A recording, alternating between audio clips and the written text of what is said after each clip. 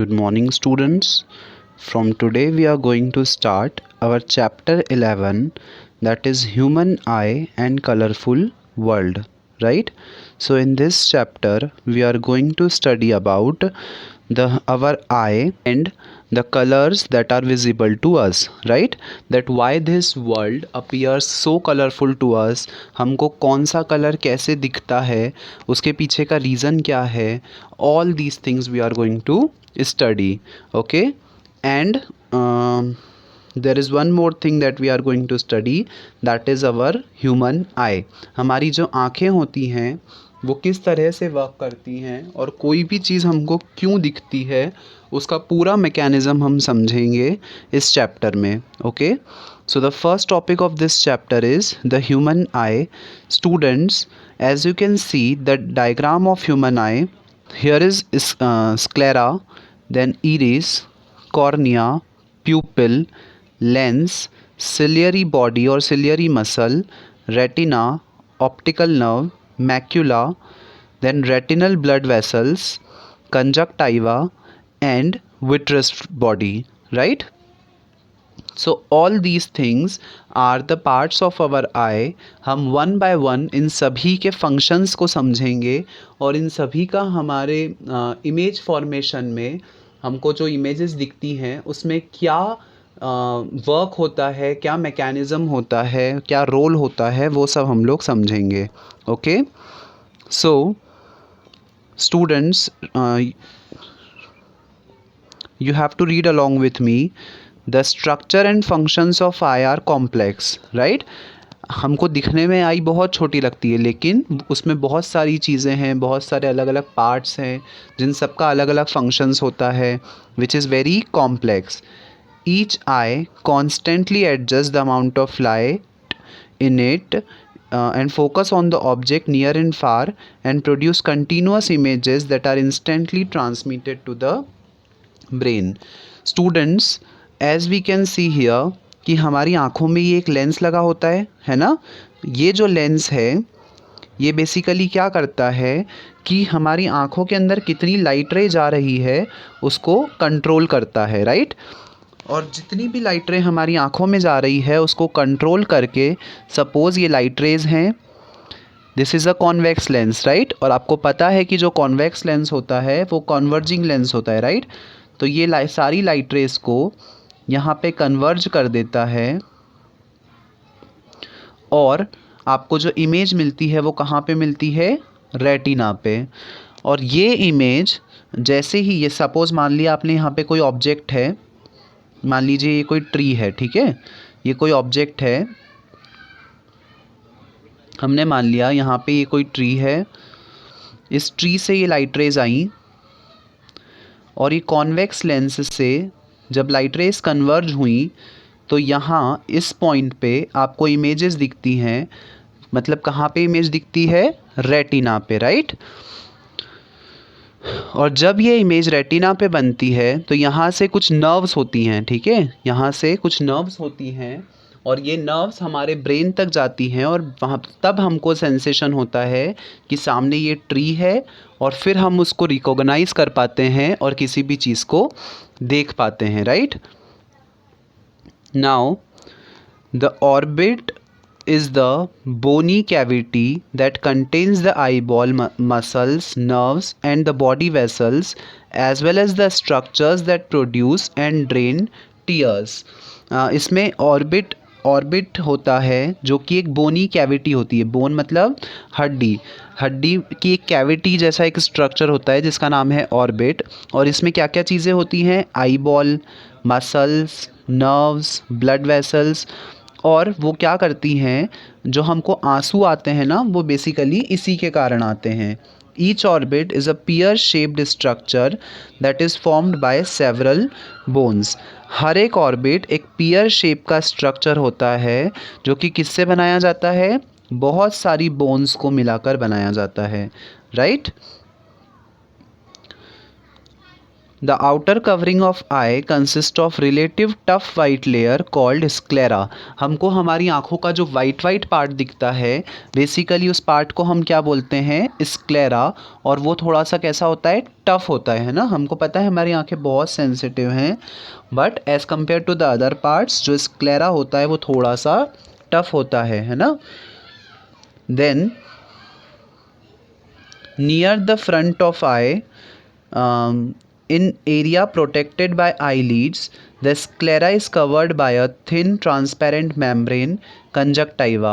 और ये जो स्क्लेरा होता है वो एक थिन पतली सी उस पर एक मेम्ब्रेन होती है, एक कवरिंग होती है, और उसको हम क्या नाम दिया है यहाँ पे, conjunctiva, which runs to the edge of the cornea. और वो पूरा नीचे तक होता है, कॉर्निया तक होता है. Students, you have to take out your books and take out the diagram of human eye in front of you, right. तो जब आपके सामने वो डायग्राम होगा तो आप इजीली समझ पाएंगे कि कौन से पार्ट का क्या फंक्शन होता है और वो कैसा दिखता है, राइट. तो आप सभी अपने सामने डायग्राम रखिए और उसमें देखिए कंजक्टाइवा. जो कंजक्टाइवा होता है that is the thin membrane over the sclera and that protect our eyes. The conjunctiva also covers the moist back surface of the eyelid and eyeball. और कंजक्टाइवा का एक और काम होता है और वो क्या होता है कि वो हमारी बैक सरफेस ऑफ आईलिड को कवर करता है, right. So this is also a one function of conjunctiva. Now students, light enters the eye through cornea. ये जो हमारा कॉर्निया होता है आँखों का, ये वाला पार्ट जो हमारी आँखों का कॉर्निया होता है, यहाँ से लाइट रे एंटर करती है, right. Light enters the eye through cornea, the clear curved layer in the front of iris and pupil. Iris और प्यूपिल के सामने वो जो कॉर्निया है, उस कॉर्निया से ही जो लाइट रेज हैं वो हमारी आई के अंदर एंटर करती हैं. The cornea serves as a protective covering for the front of the eye and also help focus light on retina at the back of the eye. जो कॉर्निया होता है वो हमारी आई के लिए एक प्रोटेक्टिव कवरिंग का भी काम करता है और हेल्प करता है लाइट रे को फोकस करने में, ताकि इजीली वो हमारी आँखों के अंदर तक चली जाए और रेटिना पे हमको क्लियर इमेज मिल सके, right. Now after passing through the cornea, light travels through the pupil, the black dot in the middle of the eye. और कॉर्निया से पास होने के बाद जो लाइट रे है वो प्यूपिल पर इंसिडेंट होती है. अब प्यूपिल मतलब क्या, ये जो ब्लैक डॉट हमको आँखों में दिखता है ना, that black dot is called as pupil. Sclera जो वाइट पार्ट है वो है ना, कॉर्निया वो वाला पार्ट जहाँ से लाइट रे अंदर जाती है, और प्यूपिल मतलब क्या, जो हमको ब्लैक कलर का एक छोटा सा डॉट दिखता है आँखों में, उसको हम क्या बोलते हैं, प्यूपिल. Now the iris, the circular colored area of the eye that surrounds the pupil, controls the amount of light that enters the eye. जो हमको हमारी आँखों में ब्लैक पार्ट दिखता है, जो वाइट पार्ट है that is sclera, black colour का एक छोटा सा डॉट जो बिल्कुल सेंटर में होता है दैट इज़ प्यूपिल. और इसके अलावा जो कलर्ड पार्ट होता है, मतलब किसी की आंखें ब्लू होती हैं, किसी की ब्राउन होती है, किसी की ब्लैक होती हैं, तो वो जो पार्ट होता है उसको हम क्या बोलते हैं, इरीज या आइरीज भी आप प्रोनाउंस कर सकते हैं. The iris allow more light into the eye, enlarging or dilating the pupil when the environment is dark, and allow less light to enter into the eye when the environment is bright. जब हमारी आँखों में वो light रे आती हैं तो जब इन्वायरमेंट डार्क होता है तब जो इरीज है वो श्रिंक हो जाता है, मतलब सिकुड़ जाता है. और जब जब इन्वायरमेंट डार्क होता है तब जो इरीज है वो एनलार्ज हो जाता है, मतलब फैल जाता है. और जब इन्वायरमेंट ब्राइट होता है तब इरीज श्रिंक हो जाता है. तो इस तरह से वो बेसिकली क्या करता है, श्रिंक होकर और फैलकर वो बेसिकली क्या करता है, कितनी लाइट रे हमारी आँखों के अंदर जा रही हैं उसको वो कंट्रोल करता है, right. The pupil dilates and constricts like the aperture of the camera lens as the amount of light in the immediate surrounding changes. The size of the pupil is controlled by the action of the pupillary sphincter muscles and dilator muscles. जो pupil का size है उसको ये दो muscles होती हैं वो control करती हैं, right? pupil कितना enlarge होगा और कितना shrink होगा ये कौन देखता है? ये दोनों muscles देखती हैं, right? Now behind the iris sits the lens. और iris के just पीछे क्या होता है? लेंस होता है. That is a basically a convex lens, right? मतलब उसका जो शेप रहता है वो कैसा रहता है? As a convex lens. By changing its shape, the light focus onto the retina. Through the action of small muscles, the lens become thicker to focus on the nearby object and thinner to focus on the distant object. अगर कोई object हमारी आँखों के पास में है तो ये जो लेंस है उसका फोकस थिक हो जाता है, और अगर कोई ऑब्जेक्ट हमारी आँखों से दूर है तो उस लेंस का फोकस ऑटोमेटिकली थिन हो जाता है.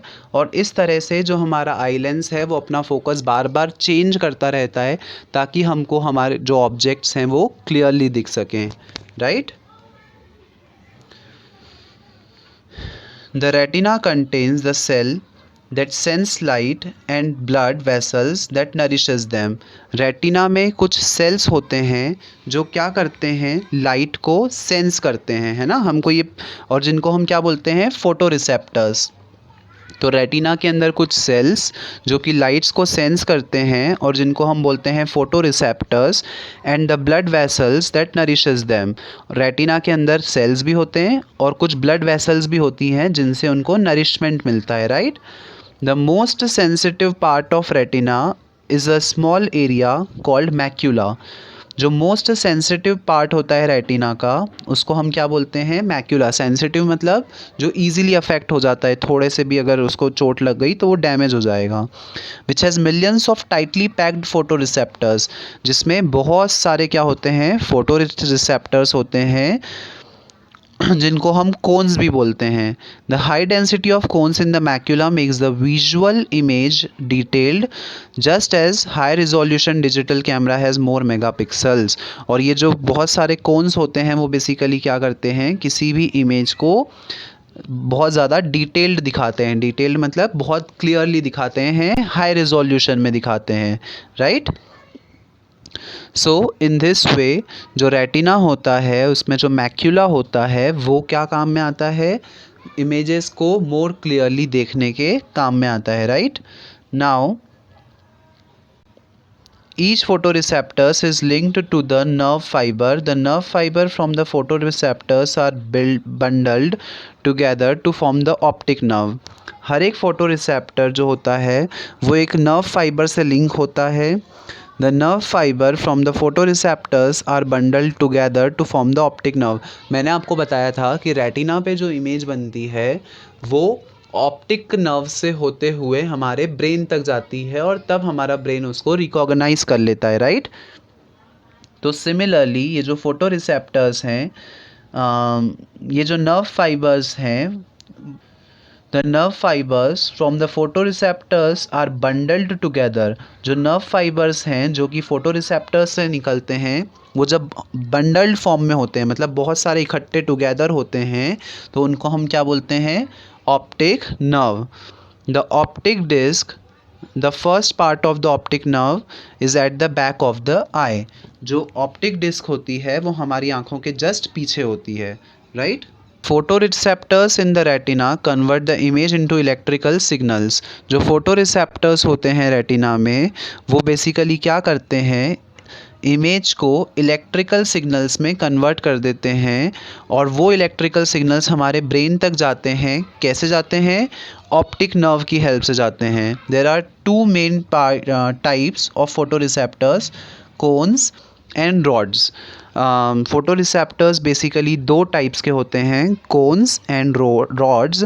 Cons are responsible for sharp detailed central vision and color vision and are clustered mainly in the macula.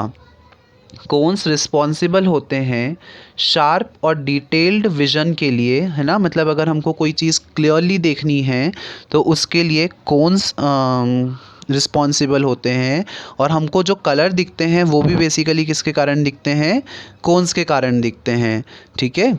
और बेसिकली ये कोन्स कहाँ पे होते हैं, मैक्यूला में, जो हम ऑलरेडी डिस्कस कर चुके हैं, right. Rods are responsible for night and peripheral sight vision. Rods are more numerous than the cones and much more sensitive to light, but they are not registered color or contribute to detailed central vision as the cones do. Rods are grouped mainly in peripheral area of the retina. Students ये जो हमको colours दिखते हैं वो rods और cons के कारण दिखते हैं। बेसिकली ये जो रॉड्स हैं वो भी क्या होते हैं, कोन्स की ही तरह होते हैं, बट ये उनसे ज़्यादा लाइट के लिए ज़्यादा सेंसिटिव होते हैं, ठीक है। और rods are grouped mainly in the peripheral area of the retina, और ये कहाँ पाए जाते हैं, हमारे रेटिना के पेरिफेरल एरिया में पाए जाते हैं, राइट। मतलब रेटिना के आसपास पाए जाते हैं रॉड्स, और कोन्स कहाँ पाए जाते हैं, मैक्यूला में, right. Then the eyeball is divided into two sections, each of which is filled with a fluid. The pressure generated by these fluid fills out the eyeball and help maintain its shape. जो eyeball होती है वो दो sections में divided होती है, और दोनों ही सेक्शंस में फ्लूइड भरा होता है। जो प्रेशर जनरेट किया जाता है इस फ्लूइड के द्वारा, जो कि आई बॉल में भरा होता है, उस फ्लूइड से बेसिकली क्या होता है, हमारी आँखों का जो शेप है वो मेंटेन किया जाता है, राइट। तो मतलब आई बॉल के अंदर फ्लूइड, और वो फ्लूइड क्या करेगा, हमारी आँखों के शेप को मेंटेन करेगा, right. Now the front section extends from inside the cornea to the front surface of the lens. It is filled with fluid called aqueous humor. हमारी आँखों में एक तरह का लिक्विड, एक तरह का फ्लूइड भरा होता है ताकि हमारी आँखें ड्राई ना हो, राइट। और उसको क्या बोला जाता है, aqueous humor, which nourishes the internal structure. The anterior segment is divided into two chambers. The front chamber extends to the cornea to the iris. The back chamber extends from the iris to the lens. जो anterior segment होता है वो again दो chambers में divided होता है। जो front वाला चैम्बर है वो कॉर्निया से इरीज तक होता है, और जो बैक वाला चैम्बर है वो इरीज से लेंस तक होता है, right. Normally the aqueous humour is produced in the posterior chamber, और जो एक्वेस ह्यूमर होता है वो पोस्टीरियर चैम्बर मतलब पीछे वाले चैम्बर में बनता है generally. Flow slowly through the pupil into the anterior chamber and then drain out of the eyeball through the outflow chamber located where the iris meet the cornea. Or flow slowly through the प्यूपिल into the anterior chamber, और ये जो aqueous humour होता है वो धीरे धीरे प्यूपिल तक जाता है और फिर इस तरह से कॉर्निया से जाके मिलता है, राइट। तो बेसिकली एक्वेस ह्यूमर का काम यही होता है कि वो हमारी आँखों को ड्राई होने से बचाता है और हमारी आँखों को नरिश करता है, right. The back section extends from the back side of the lens to the retina. It contains a jelly-like fluid called vitreous humor. जैसे aqueous humor होता है वैसे ही हमारी आँखों में एक vitreous humor भी होता है, और इनका बेसिकली अलग अलग जो काम होता है that you are going to study in the further classes, okay. तो अभी के लिए हमको सिर्फ इतना समझना है कि हमारी आँखों में फ्लूइड भरा होता है, एक एक्वेस ह्यूमर और एक विट्रस ह्यूमर, और इनका काम क्या होता है बेसिकली हमारी आँखों को नरिश करना और उनको ड्राई होने से रोकना। So students, we have seen the structure of our human eye. Now that's all for today's class, students. The further topics of this chapter we will study in the next lectures, okay. Thank you.